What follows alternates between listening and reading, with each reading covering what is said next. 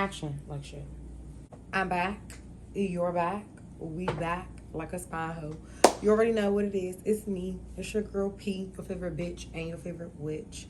Welcome to the first mini-sode of Postscript. And if this is your first time here, welcome to the channel. And if you've been here before, welcome back. So this is going to be a mini-sode. I'm going to make it quick just to tell you guys about some stuff that's coming up in season 2. Spirit told me that 12 episodes is what we want to do because it's 12 signs and astrology, 12 houses. I don't know, something just felt good about the numbers, so now we have 12 episodes. I was like, oh, that's cute. Let's do that.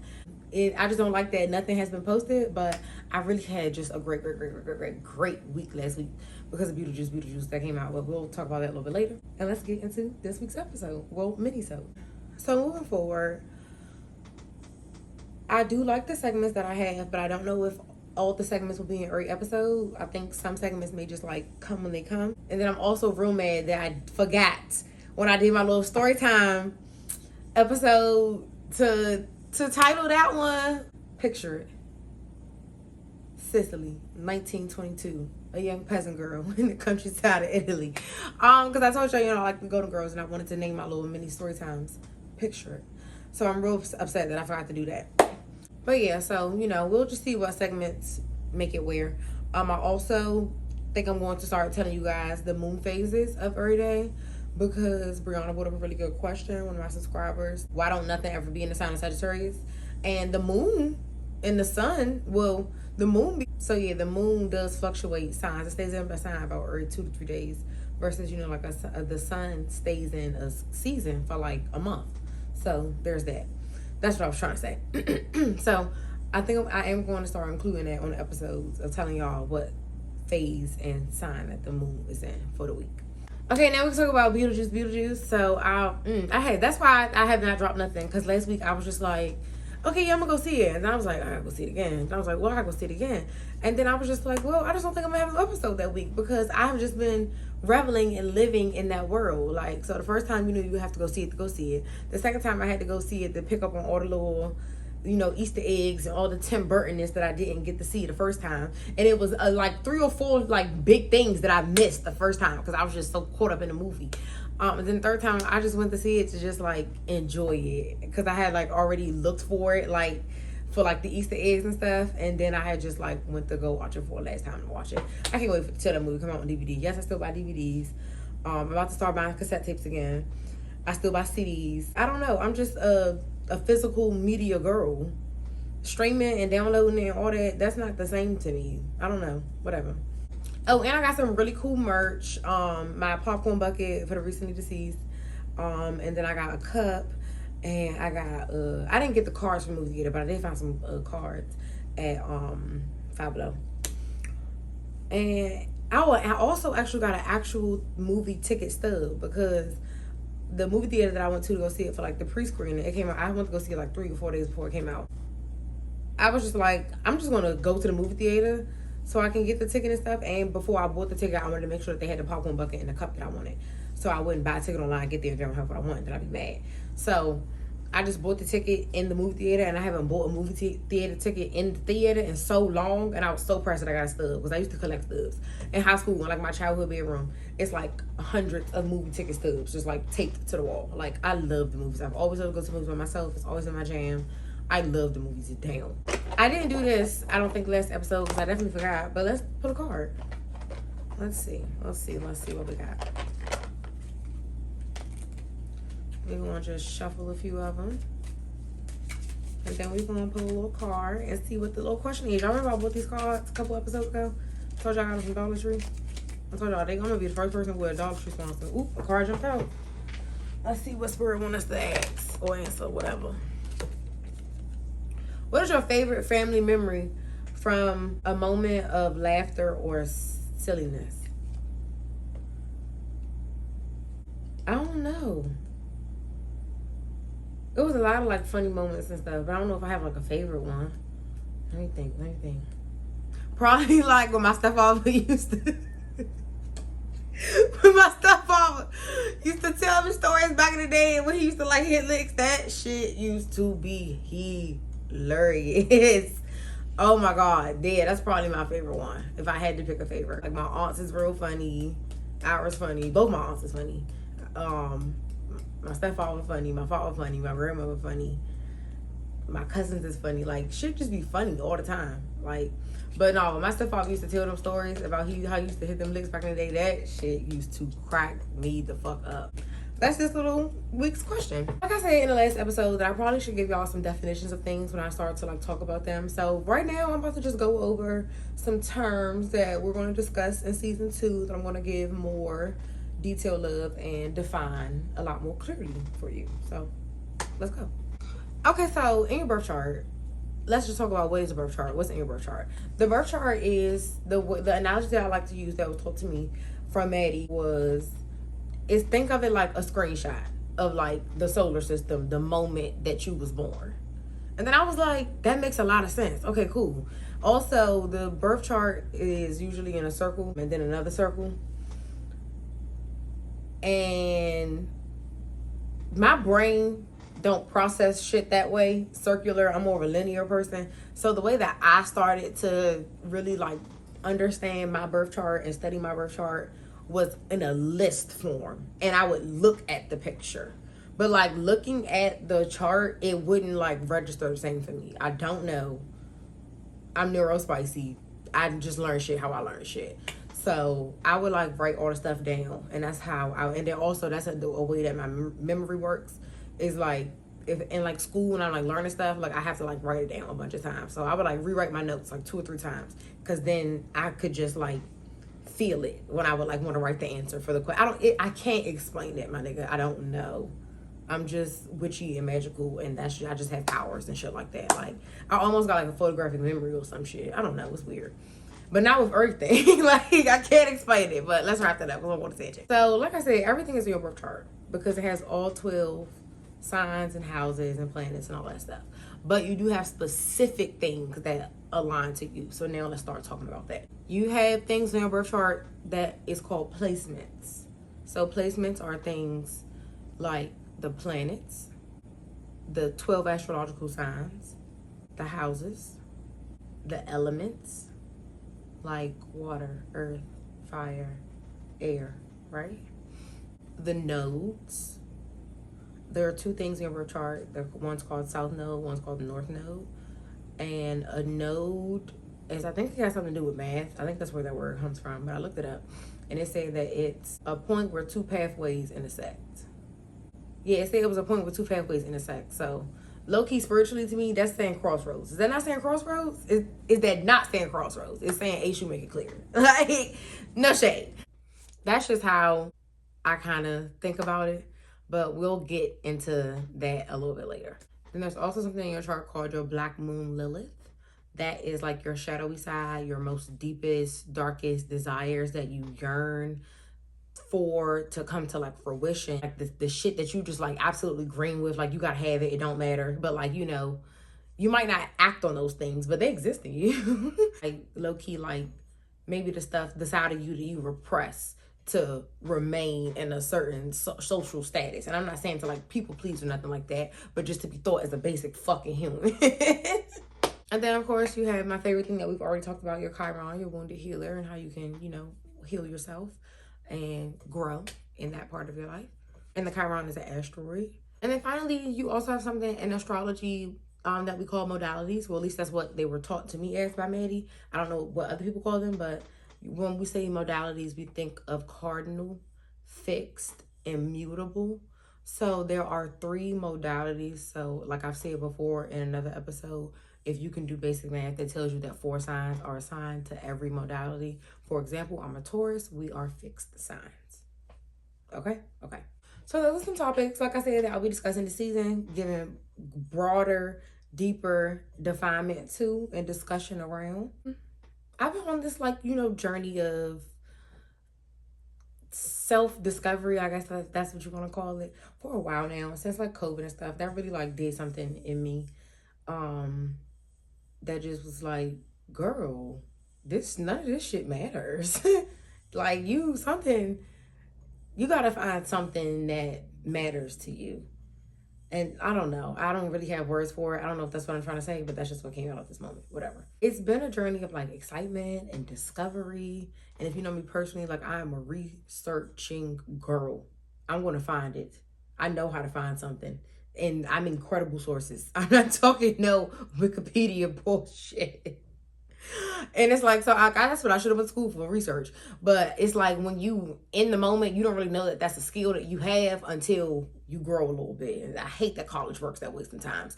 We gotta change the years of college. You should not go to college that young. But we're not about to talk about that. Anyhow, let's just get back on topic. I learn new things all the time along the way that I just want to, like add to my practice. Kind of like when I go back, I'll go back to what I was talking about earlier. When I started talking about the North Node and the South Node in your birth chart, and I say that the word node is a point where two pathways intersect. And then I say, is that not saying crossroads? And when I say crossroads, I'm speaking in the African traditional religion, spirituality practice sense. The crossroads is manned by a deity named Eshu. And I've said that name before. I've said it in videos before. I've said it in stuff before. I've never really like explained it. So, or if we're talking about like some whitewashed pop culture reference that I can give you, if you watch American Horror Story, you know Papa Legba is who Angela Bassett was, in cahoots with the episode and shit, like making shit happen. And she was like Madame Laveau, all of that, whatever. I'm not about to go into that and all of that. But in Haitian culture, he is also referred to as Papa Legba. Like I said, the crossroads man, if we going to keep it short and simple.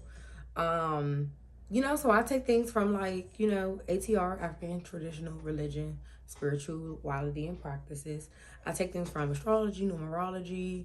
I absolutely believe in God, but I don't go to church. I didn't grow up in church. I don't know like things about the Bible. I used to when I was a kid, but that's because I went to like a fake Christian school. And we would learn like scripture and stuff. And I've always been like a wordsmith, so words just stick with me, and I would just know the stuff. I don't remember them, but I know that I knew them. Is that weird that I don't remember them, but I know that I knew what they was at a point in time? I don't know if that's weird. What else was I about to say? Like I probably could count on like both of my hands how many times I've been to church as like a kid. Like I didn't go to church a lot as a kid, but I would like to go just to hear like the choir. But it just wasn't my thing. I don't know. There wasn't a thing in my household. People, they weren't talking about church and stuff. So yeah, I won't say that I grew up with a lot of knowledge of Christianity apart from just like the basics.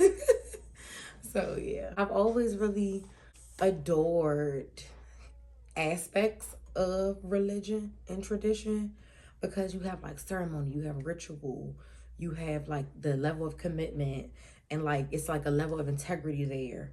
And like that's always been very fascinating to me. And like I've always just been like, oh, I'm just like whatever, regular black girl. Like I'm not like super tied to anything per se because that's just not my family. That's just not what they practice, or you know what I'm saying.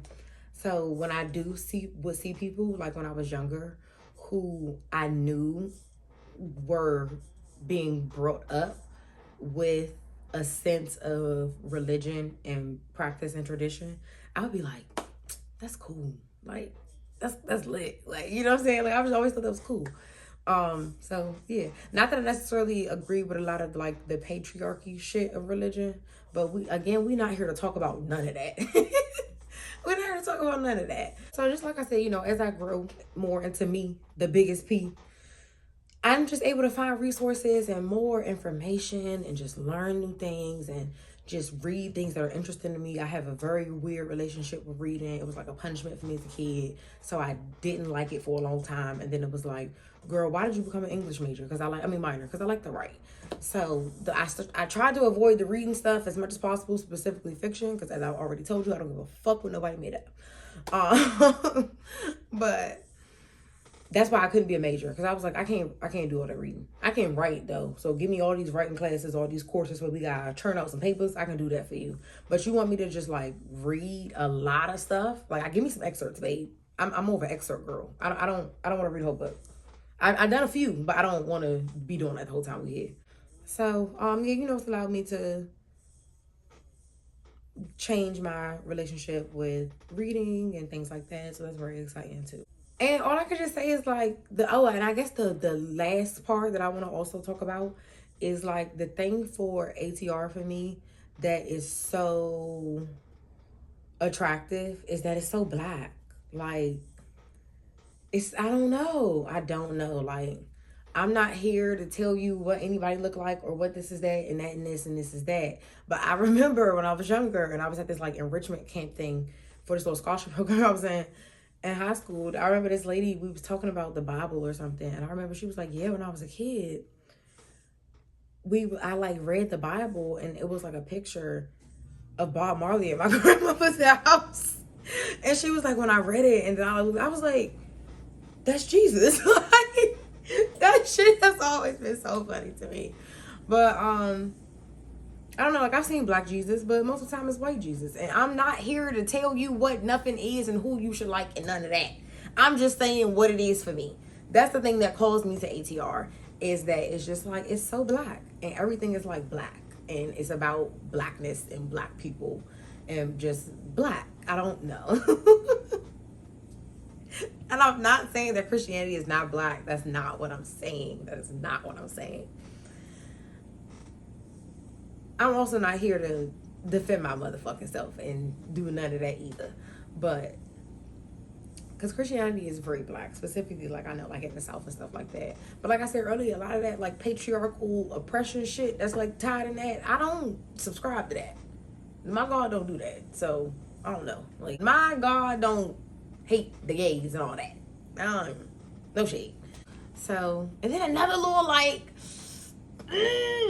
I'd be knowing that I'm like aligned, because another thing is like this lady that I found, she's like one of the first people I found that I felt was a credible source of somebody who I could listen to and learn things from, because she is a PhD and she has studied of course the religion, because she's a priestess as well, but just it's for me, I'm a word girl. Like the way that people say things and like the way that they deliver them, and like you can tell that she is a professor and she's here to teach. Like I feel it in her words and the way that she says things. So she, if I'm not mistaken, I think she's living in California or something like that. I found her on like YouTube or Instagram or whatever, or I first found her on one or the other first, swapped them, whatever.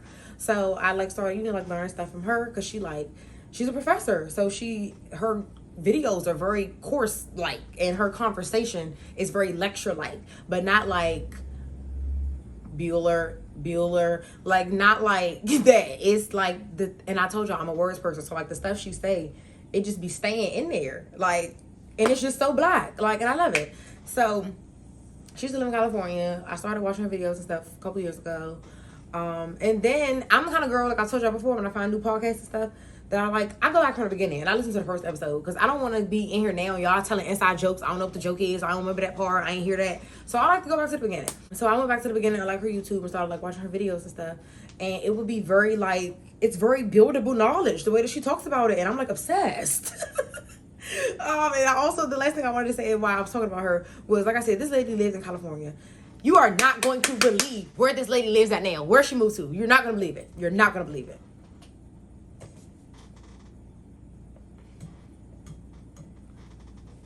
The illustrious Winston-Salem, North Carolina.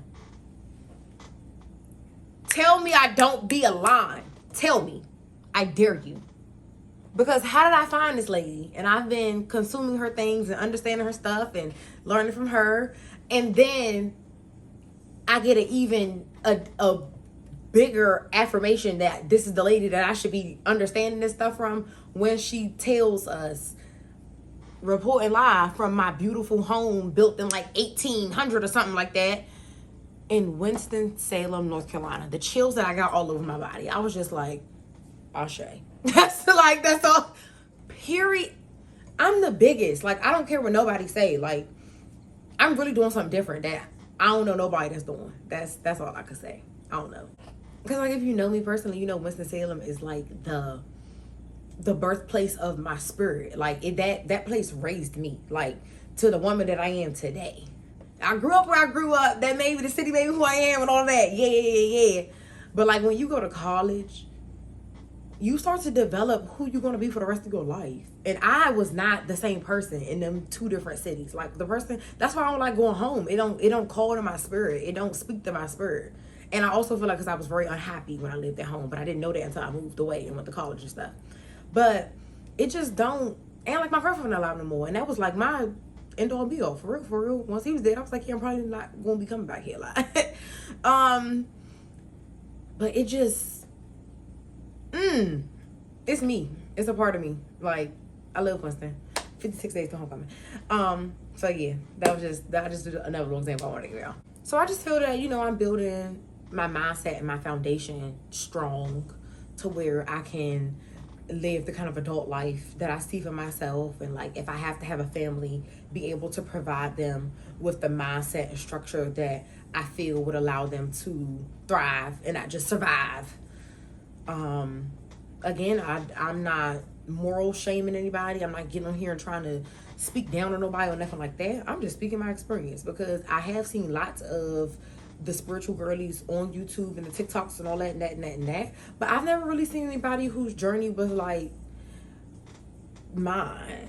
Like, I don't know. A lot of the people that, I don't know. I don't know what I'm trying to say, but whatever. So, like I said, you know, I be reading stuff, learning little stuff, just in here teaching myself stuff. As far as like spirituality, divination, all that goes. And divination is like when you want to get tarot cards read, or get a reading from somebody, or like get your aura read, or like when you want somebody to, like, I don't know, no, I'm not gonna say that because I don't know if that's offensive. Yeah, like if you want somebody to read your birth chart for you, if you go to a psychic or a medium, something like that, like that's divination. So I have like a book, it's an encyclopedia on divination. So it's about like, you know, different things like coins, cards, dice, tarot, astrology, numerology, all that good jazz. And so I have more, like I told y'all, more so been trying to connect to things that are black. And I'm not saying tarot not black. That's not what I'm saying. But I am saying I know that it's more deeply rooted in blackness for black conjurers to read playing cards. So I've been learning more so about that and reading that. And like, I'm talking about like a regular deck of cards. Like,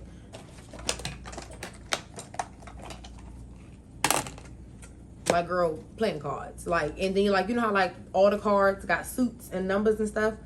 Same thing in tarot cards. They all have images. They all have numbers and symbols that all mean something. So I've just been, like I said, doing some little research and getting my little hodgepodge cauldron of culture together.